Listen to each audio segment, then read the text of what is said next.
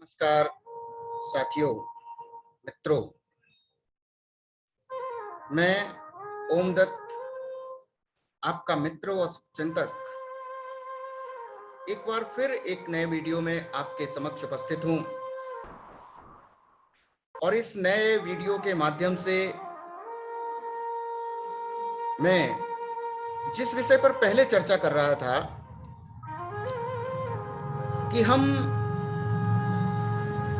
अपने मस्तिष्क को किस प्रकार से सकारात्मक विचारों से पोषित कर अपने शरीर को सशक्त बना सकते हैं, सामर्थ्यवान बना सकते हैं, ऊर्जावान बना सकते हैं, इस विषय पर मैं पिछले वीडियोस में मैंने बात की थी।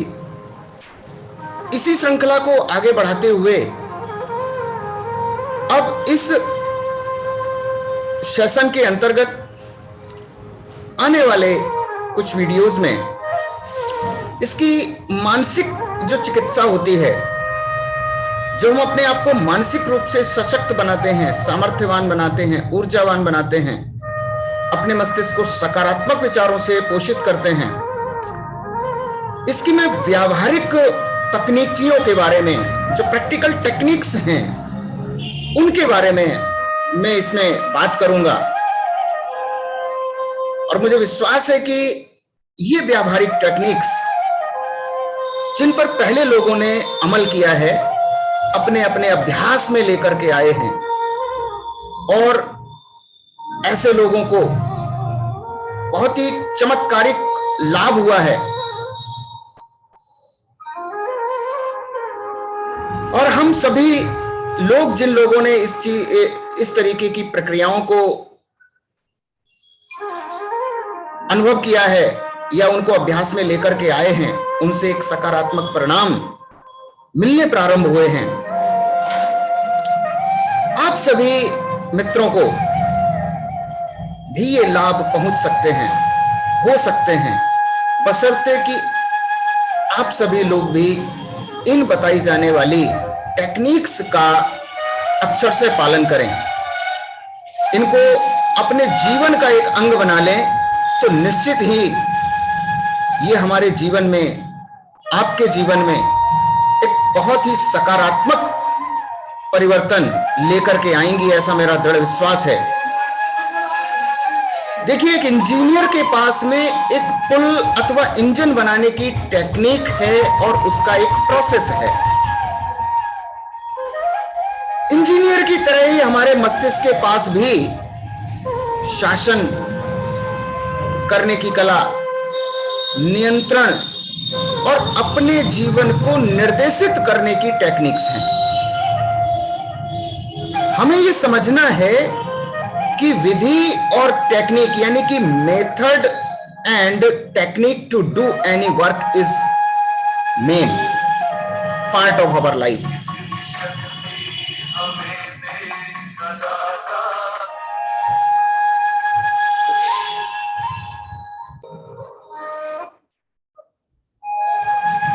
तो जिस प्रकार से एक इंजीनियर, मान लीजिए कोई सुनहरा फाटक वाले पुल को बनाते समय मुख्य इंजीनियर ने गणित के सिद्धांतों का उपयोग किया, उस पर आने वाले दबाव यानी टेंशन और तनाव कितना होगा, प्रेशर कितना पड़ेगा, उसको समझा। और दूसरा ये कि उसके मन में एक नदी के पार पुल बनाने की सबसे पहले एक आदर्श छवि, आदर्श तस्वीर बनी थी। और तीसरा कदम यह है कि पहले से सिद्ध किए हुए और परखे हुए तरीके, जिनके द्वारा उसने उन सिद्धांतों को तब तक अपनाया जब तक कि पुल ने आकार नहीं ले लिया। और जब पुल आकार ले लेता है तब हम उस पर चलना शुरू कर देते हैं। इसका मतलब यह है कि किसी भी प्रक्रिया के लिए एक स्टेप बाय स्टेप, कदम दर कदम एक साइंटिफिक मेथड के साथ में हमको आगे बढ़ना पड़ता है। कई तरीके की तकनीकें हैं और उपाय हैं जिनके द्वारा हमारी प्रार्थनाओं का उत्तर मिलता है, और उत्तर मिलने का एक विशिष्ट तरीका है, और ये तरीका वैज्ञानिक है। अचानक से कुछ नहीं होता। एक पूरा का पूरा ब्रह्मांडीय नियम और इसका एक क्रम होता है जिसके माध्यम से ये सारी की सारी प्रक्रियाएं चलती हैं। और प्रार्थनाएं किसी भी विचार जिसे हम पाना चाहते हैं उसे वास्तविकता में बदलने का एक तरीका है। प्रार्थना हमारी आत्मा की हार्दिक और सच्ची इच्छा होती है। तो ये जो व्यावहारिक तकनीकियां हैं जिनके माध्यम से हम किसी विचार को, किसी छवि को अपने अवचेतन मस्तिष्क में भेजने का काम करते हैं, उसका एक प्रोसेस है। और वो कौन सी तकनीकें हैं जिनके माध्यम से हम अवचेतन मस्तिष्क में किसी न किसी चीज को रोकते हैं, भेजते हैं, उसको प्रतिस्थापित करते हैं। और जैसे ही वो चीज हमारे अवचेतन मस्तिष्क में प्रतिस्थापित हो जाती है, ट्रांसफर हो जाती है, आफ्टर दैट वो आकार लेना शुरू कर देती है। तो वो तकनीक जिसके माध्यम से हमें किसी विचार को अवचेतन मस्तिष्क में रोकना है, अवचेतन मस्तिष्क में भेजना है, उसको सेट करना है, एक स्पष्ट पिक्चर बनानी है, तो इस तकनीक में मुख्यतः अवचेतन मस्तिष्क में हमारी उस इच्छा को उसी रूप में जागृत करना है जिस अवस्था में चेतन मस्तिष्क ने इसको सौंपा था। और इसे सौंपने का सबसे अच्छा समय स्लीपिंग टाइम होता है। इस बात की तो चर्चा बार बार मैं अपने वीडियोस में कर रहा हूं। सुप्तावस्था है, यानी जब हम ठीक सोने के लिए जाते हैं, उस समय जब हम अपनी प्रार्थनाओं को अपने चेतन मस्तिष्क के द्वारा अवचेतन मस्तिष्क में भेजते हैं तो ये आकार लेना शुरू कर देते हैं। और इस तथ्य को हमें जान लेना जरूरी है कि हमारे मन की गहराइयों में असीम ज्ञान और अनंत शक्ति है। हमारे इसी ब्रेन के अंदर बहुत सारा ज्ञान छुपा हुआ है, बस इसको जागृत करने की जरूरत है। ताकत भी असीम है। Infinite power is present in our subconscious mind. ये जो कुछ भी इनोवेशंस हम होते हुए देखते हैं आजकल के इस भौतिक युग में, ये इसी अवचेतन मस्तिष्क की शक्ति के कारण है। वैज्ञानिक इतने महान महान आविष्कार करने में सक्षम हुए हैं, ये इसी अवचेतन मस्तिष्क के ताकत की वजह से हुए हैं। इस दुनिया में अब तक जितने भी महान कार्य हुए हैं, ये सारे के सारे अवचेतन मस्तिष्क की इसी ताकत की वजह से हुए हैं। बाहरी कोई ताकत नहीं है, ये ताकत हमारे अंदर विद्यमान है, हमारे अंदर मौजूद है। बस जो लोग इसको जगा लेते हैं वो महान काम कर जाते हैं, और जो लोग इसकी ताकत को नहीं समझ पाते हैं, वो ताकत सोई हुई पड़ी रहती है। वो औसत या निम्न दर्जे का जीवन गुजारते हुए अपनी जीवन लीला को समाप्त कर लेते हैं। तय हमें करना है कि हमें अपने जीवन को किस प्रकार से गति देनी है। फिर केवल हमें एक शांत चित्त से ये सोचना है कि हम चाहते क्या हैं। अगर हम इस प्रक्रिया में इस टेक्निक को अपनाना चाहते हैं, ये जो पासिंग ओवर टेक्निक है, passing over technique for impregnating the subconscious, यानी कि जो उसको रोकने की जो टेक्निक है वो क्या है? शांत चित्त मन से हमको सोचना है हम चाहते क्या हैं। आगे के क्षण में इसे पूरा होते हुए देखिए। पहले हम चाहते क्या हैं और फिर उसके अगले पल में ये पूरा होते हुए कि मेरी जो चाहत है ये पूरी हो रही है, इसको विजुलाइज करना है। खुद को एक छोटे से बच्चे की तरीके से अनुभव करना है, जिसे मान लो कि बहुत खांसी आ रही है और उसका गला खराब है, उसने दृढ़ता से घोषणा की, एक छोटे से बच्चे ने घोषणा की, ये सब कुछ खत्म हो रहा है, ये अब खत्म हो रहा है। और 1 घंटे के अंदर उसकी खांसी खत्म हो गई। इस टेक्निक को पूरी ईमानदारी और पूरी सच्चाई के साथ में करना है। अगर ये टेक्निक पूरी ईमानदारी और पूरी सच्चाई के साथ में हम कर लेते हैं तो वास्तव में इसका बहुत चमत्कारिक प्रभाव पड़ता है, क्योंकि बिलीफ सिस्टम काम करता है, यहां पर विश्वास का नियम काम करता है। जिस चीज पर हमारा दृढ़ विश्वास होता है वो होकर के रहती है। उसके लिए समस्त ब्रह्मांडीय शक्तियां जुट जाती हैं उसको पूरा करवाने के लिए। ये लॉ ऑफ अट्रैक्शन यहां पर काम करना शुरू कर देता है, आकर्षण का नियम काम करना शुरू कर देता है। किस प्रकार से our subconscious will accept our blueprint, यानी हमने जो कोई भी ब्लूप्रिंट बनाया, कोई भी छवि बनाई, कोई भी नक्शा बनाया, तो ये हमारा अवचेतन मस्तिष्क इसको स्वीकार करता है।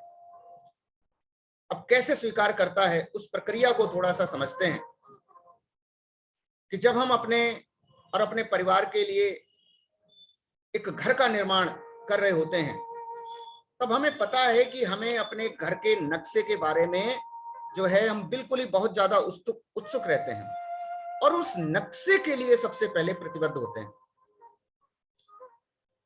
पूरा का पूरा डिजाइन, पूरा का पूरा उसका ब्लूप्रिंट खुद तैयार करते हैं या किसी न किसी इंजीनियर के माध्यम से तैयार करवाते हैं, लेकिन हम उस नक्शे के प्रति पूरा का पूरा सजग रहते हैं। हम इसके बाद में हम ये सुनिश्चित करते हैं कि राजमिस्त्री या बिल्डर उस नक्शे के अनुरूप ही काम करें। जैसा नक्शा हमारे पास में आ गया उसी नक्शे के अनुरूप काम करें। हम प्रयुक्त सामग्रियों का निरीक्षण करते हैं, उनकी जांच पड़ताल करते हैं। सीमेंट कैसा आ रहा है, बालू कैसी आ रही है, गिट्टी कैसी आ रही है, ईंट कैसी आ रही है, जो लोहा लग रहा है, सरिया वगैरह लग रही है, वो कैसा लग रहा है। हम सबसे बढ़िया लकड़ियां, सबसे बढ़िया स्टील आदि, वास्तव में हर चीज जो है अपनी समझ से श्रेष्ठ चुनते हैं, उत्कृष्ट चुनते हैं। तो फिर जब घर का नक्शा जिसमें हम रहने वाले हैं उसके लिए पूरी तरीके से जांच पड़ताल करके और फिर उसका ब्लूप्रिंट तैयार करके वो सारी की सारी प्रोसेस से गुजरते हुए काम करते हैं, तो फिर अपने मानसिक घर, ये जो मस्तिष्क है, ये जो मानसिक घर है, उसकी खुशी और प्रचुरता के नक्शे के बारे में क्या विचार? हमारे अनुभव और सभी कुछ जो हमारे जीवन में घटित होता है वो हमारे मानसिक निर्माण के घर का ईंट और पत्थरों की प्रकृति पर निर्भर करता है। और ये मानसिक निर्माण की ईंट और पत्थर, सीमेंट, बालू, गिट्टी वगैरह, ये सब क्या है? हमारे विचार। किस प्रकार के विचारों से हम अपने मस्तिष्क को पोषित कर रहे हैं, ये विशेष चीज है जिन्हें हम अपने मन में, हमने अपने मन के घर को बनाने के लिए प्रयोग किया है। और यदि हमारा घर, हमारा ये जो नक्शा है जो हम बना रहे हैं अपने मस्तिष्क का, अपने मस्तिष्क को जो है सही करने का नक्शा अगर हमारा डर का होगा, चिंता का होगा, परेशानियों का होगा और कमियों वाले मानसिक प्रकार का है, और यदि हम हताश, हमेशा ही डाउटफुल और हमेशा ही रूखे रहते हैं, तो जिस प्रकार के मानसिक पदार्थों को हम अपने मन में बुनेंगे वैसा ही जो है वह वैसा ही ज्यादा मेहनत, देखभाल, तनाव, चिंता और सभी प्रकार की कर्मियों वाला बनकर के उभरेगा। हमारे जीवन की सबसे ज्यादा आधारभूत और असर दिखाने वाली क्रिया वैसी ही होगी जैसी हमने अपने हर जागृत समय कल्पना करते हुए बिताते हैं, वैसी ही हमारी मस्तिष्क की जो है क्रिया होगी और वैसा ही हमारा वो असर होगा। विशेष चीज ये है कि हमारे शब्द शांत और अदृश्य तो हैं, लेकिन ये वास्तविक हैं। शब्दों का असर हमारे मस्तिष्क पर बहुत ज्यादा प्रभाव डालता है। इसी वजह से तो ही हम शब्दों से ही ज्यादातर प्रभावित होते हैं। जिस प्रकार की बातें हमारे मस्तिष्क को अच्छी लगती हैं, हमारा मस्तिष्क चाहता है कि इनका हम पर प्रभाव पड़े, वैसे ही हम सुनने की प्रयास करते हैं और उसी के अनुसार हम अपने क्रियाकलाप को करते हैं। तो क्यों ना हमेशा सच्ची बातें, अच्छी बातें, ईमानदारी भरी वाली बातें, सकारात्मक ऊर्जा से परिपूर्ण विचारों को अपने मन के अंदर भेजें, तो हम अपने इस अवचेतन मस्तिष्क को अच्छी प्रकार से पोषित कर अपने सभी क्रियाकलापों को सुचारू रूप से कर पाएंगे। और इसका देखिए विज्ञान क्या है, the science and art of true prayer. एक सच्ची प्रार्थना की कला और विज्ञान क्या है, इसको थोड़ा सा समझ लेते हैं। और इसको समझने से पहले तो विज्ञान का अर्थ समझना बहुत जरूरी है। विज्ञान शब्द का अर्थ है ज्ञान, ऐसा ज्ञान जो समन्वित हो, व्यवस्थित हो और क्रमबद्ध हो, सीरियल बेस में चले। विज्ञान की परिभाषा में कहा गया है कि किसी भी विषय के क्रमबद्ध ज्ञान को ही विज्ञान कहते हैं। तो आइए सच्ची प्रार्थना की कला और विज्ञान के बारे में सोचें, क्योंकि ये जीवन के आधारभूत सिद्धांतों, तकनीक एवं प्रक्रिया से सरोकार रखती है, जिन्हें हम अपने जीवन में हमेशा देखते हैं। यही नहीं बल्कि सभी मनुष्य जीवन में इसका उपयोग विश्वास और श्रद्धा के साथ में करते हैं। और कला हमारी वह तकनीक या प्रक्रिया और विज्ञान है जिसके पीछे हमारे विचार में बसी छवि अथवा विचार पर हमारे रचनात्मक मन की निश्चित प्रक्रिया छिपी हुई है। ये कला है प्रार्थना की, और ये हमारा अवचेतन मस्तिष्क जो है, मांगेंगे अगर हम इससे तो ये हमको देगा। किसी चीज को खोजेंगे तो हमको मिलेगा, और अगर हम खटखटाएंगे तो ये हमारे लिए दरवाजे खोल देगा, सफलता के दरवाजे खोल देगा, सकारात्मक ऊर्जा के दरवाजे खोल देगा, सकारात्मक विचारों के दरवाजे खोल देगा। सच्ची प्रार्थना की कला और विज्ञान का सही अथवा सटीक आधार हमारा ज्ञान और दृढ़ विश्वास है कि हमारे चेतन मन को हमारे अवचेतन मन से निश्चित प्रतिक्रिया मिलती है। इस प्रक्रिया का अनुपालन करने से हमारी प्रार्थनाओं का उत्तर अवश्य मिलता है। तो ये जो टेक्निक है, ये जो सच्ची प्रार्थना की विज्ञान है और इसकी कला है, इसको बहुत ही अच्छी प्रकार से, भली प्रकार से सीखने की आवश्यकता है। और जब हमारी प्रार्थनाएं सच्ची होती हैं, ईमानदारी भरी होती हैं, सर्वजन कल्याणकारी होती हैं, तो ये दूसरों के साथ साथ पहले हमें खुद को ज्यादा लाभान्वित करती हैं, और तब ये समाज में उसी प्रकार का प्रभाव या असर दिखाना शुरू कर देती हैं। तो आज के इस वीडियो में इतना ही।